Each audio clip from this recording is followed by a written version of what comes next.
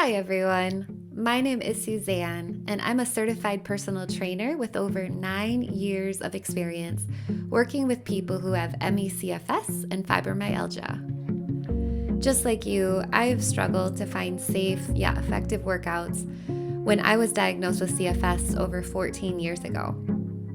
That's why I created these routines and now I'm very excited to share them with you.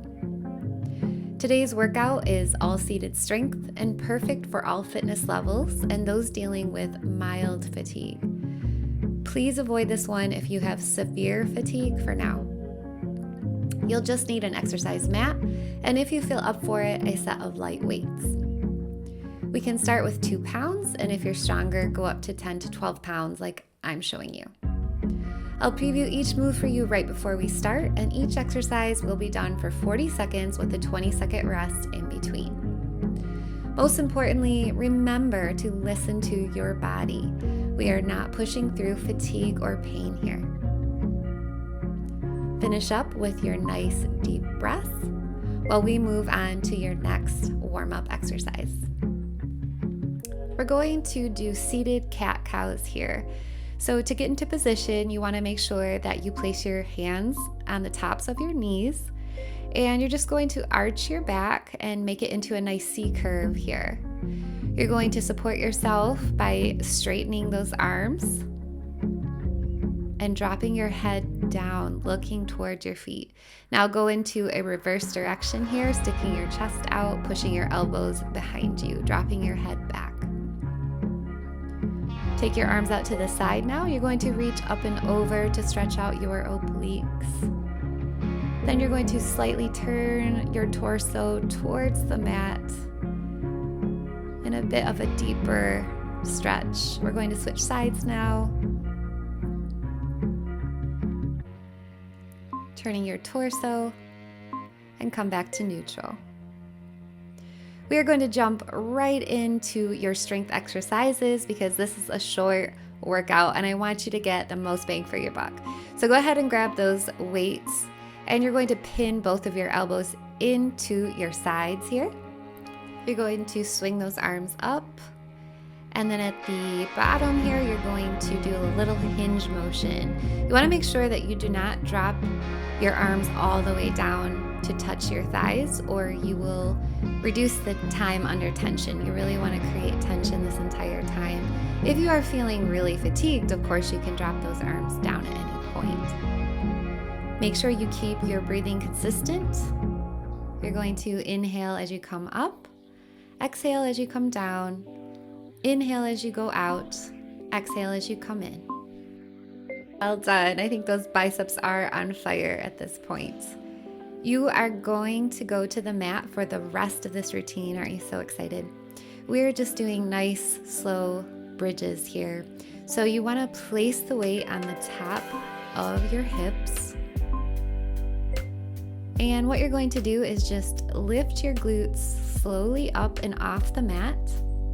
And you're going to squeeze your glutes at the very top here. You're holding for a few seconds at the top.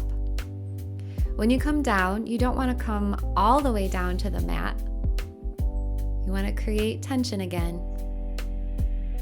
So make sure that when you come down, you're just slightly hovering over the mat. You're going to keep your breathing.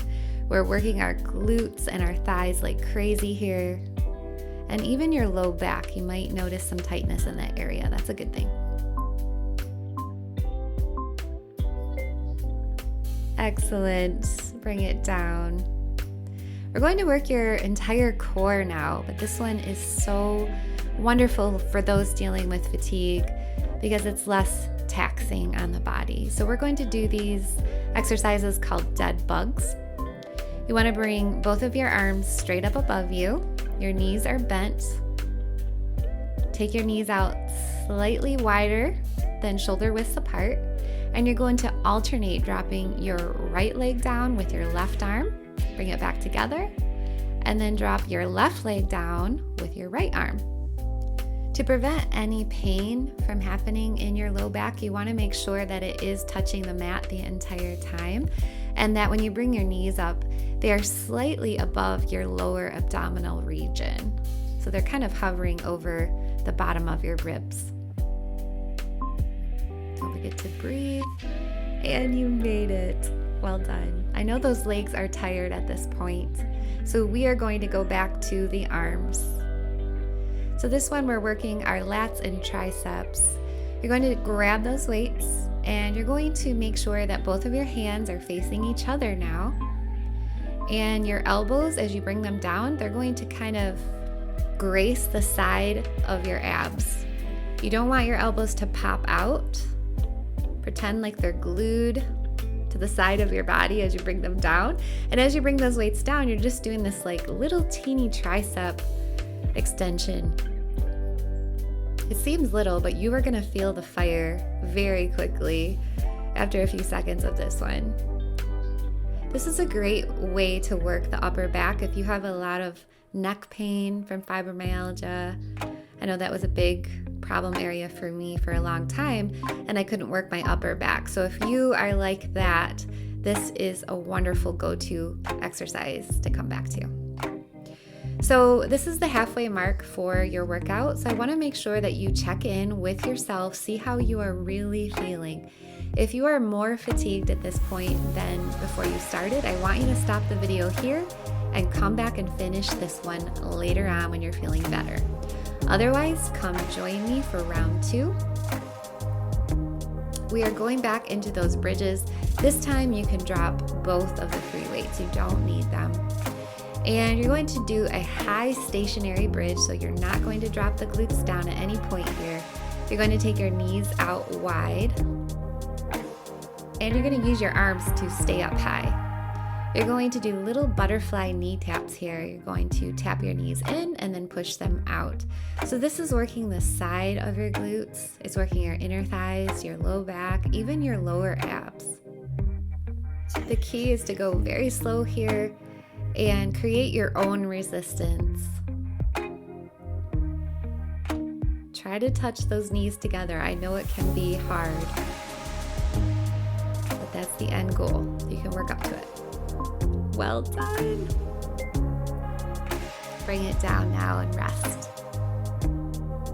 We are going to work those abs again. This one is also safe for neck issues and low back issues. You're going to bring both of your knees as close to your face as possible when you bring them in, and this is where you really create the work here because you're going to squeeze your lower abs as you bring those knees in. I'm resting on my elbows here. You can also do this one lying if you're really fatigued. And you're going to do little butterfly knee taps as you bring those knees in, and then you're going to alternate kicking one leg out. You can rest it on the mat if you need. Bring it in, and then switch legs, rest it on the mat, bring it in. I know your legs are so tired at this point, so it's okay if you have to stop halfway. Just do what you can. So you'll notice that if you don't bring your knees in as close as I'm showing you, you won't actually feel this in your abs so much. So give it a try and see how you do. If you didn't do so well on that one, you can always try it again next time you come back to do this workout. We're lying down again and we are working your chest. So give those legs and abs a break. We need it. Grabbing those free weights, you're just going to do little chest presses. You're going to push those arms up. Your palms are facing away from you as you press up. And as you come to the top, you're just going to do these little twists at the top with your hands. Just kind of works a different part of the chest. Going nice and slow. And just a side note, if you don't feel like the weights you're currently using are challenging you enough, then I recommend go ahead and grabbing heavier weights for this exercise in particular because the chest muscles are really big and they can handle a lot of resistance. Bring it down. Oh my goodness, we are just so close to the end. You still with me? Okay, you're turning onto your stomach for this one. We are going to alternate between little assisted cobras here, pressing your hands into the mat, coming up into a low back bend, and then you're going to do these little flexed feet hamstring curls. Your knees are out farther than shoulder widths apart, so your legs are not together when you do this. You're going to flex, squeeze those hamstrings, drop the legs down, and then come up into a cobra. In order for this hamstring exercise to be effective, you also need to create your own resistance here. So really squeeze the back of the thighs when you bring those legs in. As you press those hands into the mat, come up as high as you can so that you feel tension in your low back. And don't forget to breathe on this one. I don't want you to pass out. Excellent. Take a breather. And wonderful, fantastic news. It is time for your stretch. You made it. I hope you're so proud. Please don't skip this part. It's incredibly important for recovery after. So we're going into a nice child's pose here. You want to just press your hands into the mat and you're going to push your entire body back so that your torso and your thighs are resting on your shins. You're going to go back to the breath work we had in the beginning to relax the nervous system, calm the body, and to just recover.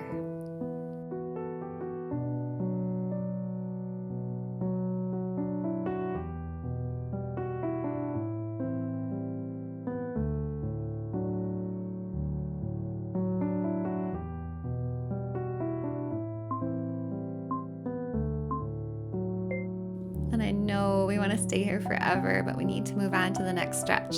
Trust me, it feels amazing. It's worth it. We're going into these little pyramids here.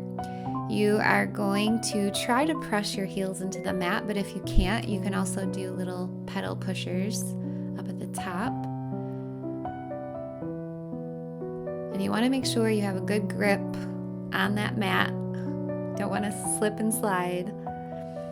And you can alternate pressing those heels into the mat to release tension in the back of those legs, in the calves, the shins. You should feel a release in your chest area, your low back. And just stay here as long as you can. If you're starting to get dizzy, don't worry about it. You can come out of it and go back to the child's pose.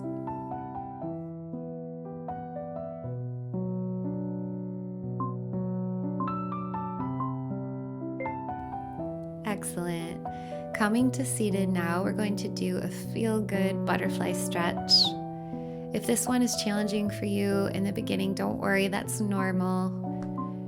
In time, the more you do it, the easier it will get. So you're going to press the bottoms of your feet together, and you're going to press your elbows into the sides of your knees in order to keep them down towards the mat. If you can, try to lean forward. The more forward you lean, the more intense this will be. Just work up to it. And it should feel really good, not painful. Keep your breathing nice and slow inhales and exhales. And just relax.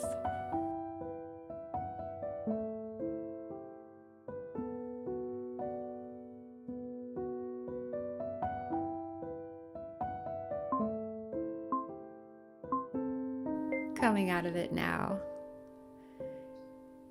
You can crisscross those legs or keep them as they were, and we are going to stretch out your upper body and then go back to our deep breathing. So you're going to clasp your hands together and you're going to bring them behind you, stretching out your chest, and you can drop your head up and down, whatever position feels good. And now you can swing those arms in front of you, clasping your hands, lifting them slightly up and down, making your back into a C curve. Okay, now just rest your hands on your knees, close your eyes, and go back to your deep breathing. Inhaling and exhaling.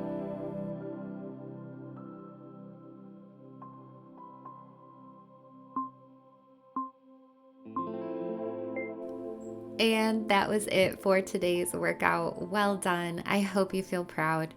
If you enjoyed this and you want to explore more safe and effective workouts for light to moderate CFS, fibromyalgia, and a variety of other conditions, head over to my website at cocolimefitness.com or find me on YouTube at Cocolime Fitness.